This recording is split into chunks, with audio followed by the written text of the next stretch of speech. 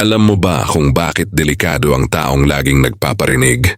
Kasi hindi sila diretso magsalita, pero gusto nilang ikaw ang makaramdam ng guilt.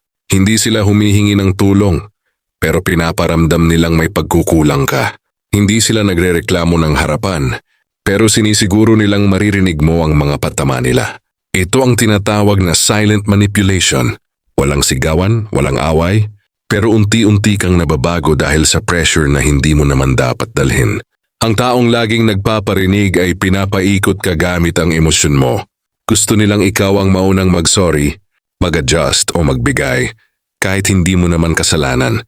At ang mas delikado, kapag nasanay ka, kapag inakala mong normal ang ganitong trato, kaya mahalagang kilalanin ang mga ganitong tao, hindi para labanan, kundi para malaman ang distansyang dapat ilagay.